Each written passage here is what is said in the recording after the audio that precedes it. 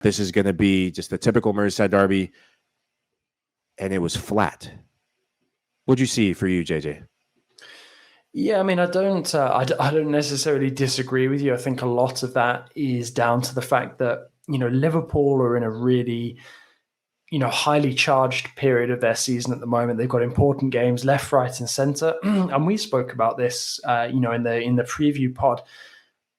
On paper, Liverpool was so much stronger than Everton. This was going to be one of those awkward games where, Liverpool could be tempted to rest a few players and Everton would be giving it everything that they could. I think that ultimately, the Toffees, didn't give a bad account of themselves. Impressed with Anthony Gordon once again. I think he's definitely the best thing about this Everton side right now. But, Everton, the situation just seems to get worse and worse. And although I don't think many of us would have put money on Burnley turning it around after getting rid of Sean Dyche, suddenly, the momentum in this relegation battle has shifted. And once again, Everton find themselves needing to pick up unexpected points from somewhere. And although, we might have expected them to be absolutely destroyed and swept aside by Liverpool in the same way that, United were a couple of days ago, it's, they had so many reasons to be motivated in this game, Everton. And I think, to be honest, coming away with just a 2-0 defeat is probably one of the better scenarios they could have hoped for, even if it took until fairly late on for Liverpool to make that breakthrough through the unexpected mastery of Divock Origi as well, who just seems to have this ability to change this game in Liverpool's favour every time he plays against Everton. But no, I mean, yeah, I agree with you. It perhaps wasn't the most riveting game that any of us would have tuned into over the weekend, but also at the same time, Liverpool just needed to get that result done. They needed the points just to keep the pressure on City and also to keep that momentum going into that Champions League clash with Villarreal, because although we didn't chat about it, Villarreal, we saw the value of, Unai Emery changing his entire 11 ahead of that second leg against Bayern Munich. And I think we're going to see the difference that, his players being rested makes again, coming up against the Liverpool side that, as well equipped as they are, this is a very testing period of the season for any squad when you're challenging for silverware on multiple fronts. I just think of the depth. We talk about it week in and week out for Liverpool.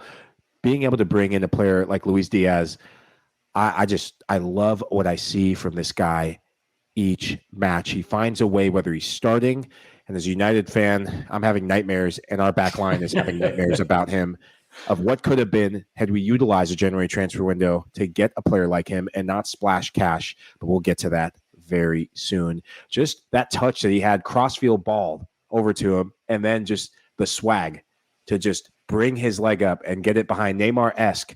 If I'm a defender, I'm running out of the stadium ground. Forget back to my goal. I want no business about that guy. And Divock Origi, as you said, just the right player for this sort of game. If you look at the standings, Man City, because they won 80 points, Liverpool on 79, but something that could be a key talking point, goal difference for the Premier League. Liverpool at plus 63, Manchester City at plus 59. Keep an eye on that as this season moves forward.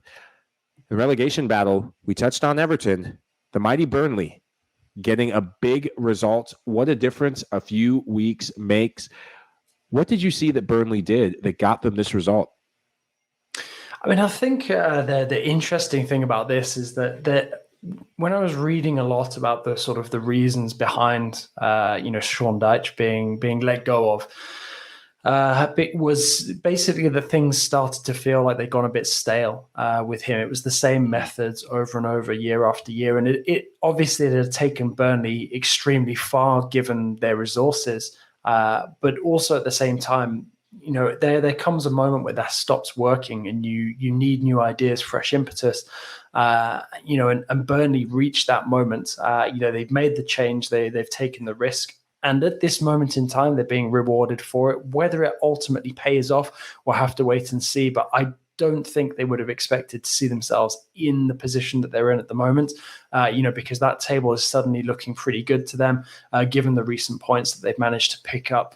I mean, the other thing as well is at this moment in the season, it's often a question of timing. Sometimes teams go to try and get that new manager bounce. Sometimes it works, sometimes it doesn't. It's working for Burnley at this moment in time. Whether it actually sort of, they manage to put it off and stay up this season, we'll have to wait and see. But obviously, it's a great start to his managerial career for Mike Jackson at senior level. It doesn't necessarily mean that, he absolutely must, get the job on a permanent basis. I think Burnley would be well advised to wait and see how this relegation battle plays out. Yeah. But so much of this is just about confidence, about playing on, momentum. Burnley have it. Everton don't suddenly. So, there's going to have to be either a major change. I don't know. Maybe Everton feel like they need to try and get a new manager bounce late on in the season. There's been a lot of speculation about Lampard, whether he might be dismissed, fairly quickly. We'll have to wait and see how that plays out. But look at Leeds as well. Made the change, brought in Jesse Marsch, and suddenly they're, heading towards safety, which many people wouldn't have predicted, before Marsch was appointed. So, it's working out for Burnley and Leeds right now. The change to bring in Lampard hasn't worked out for Everton so far. Will they stick? Will they twist? We'll have to wait and see, but it doesn't look good for Everton right now.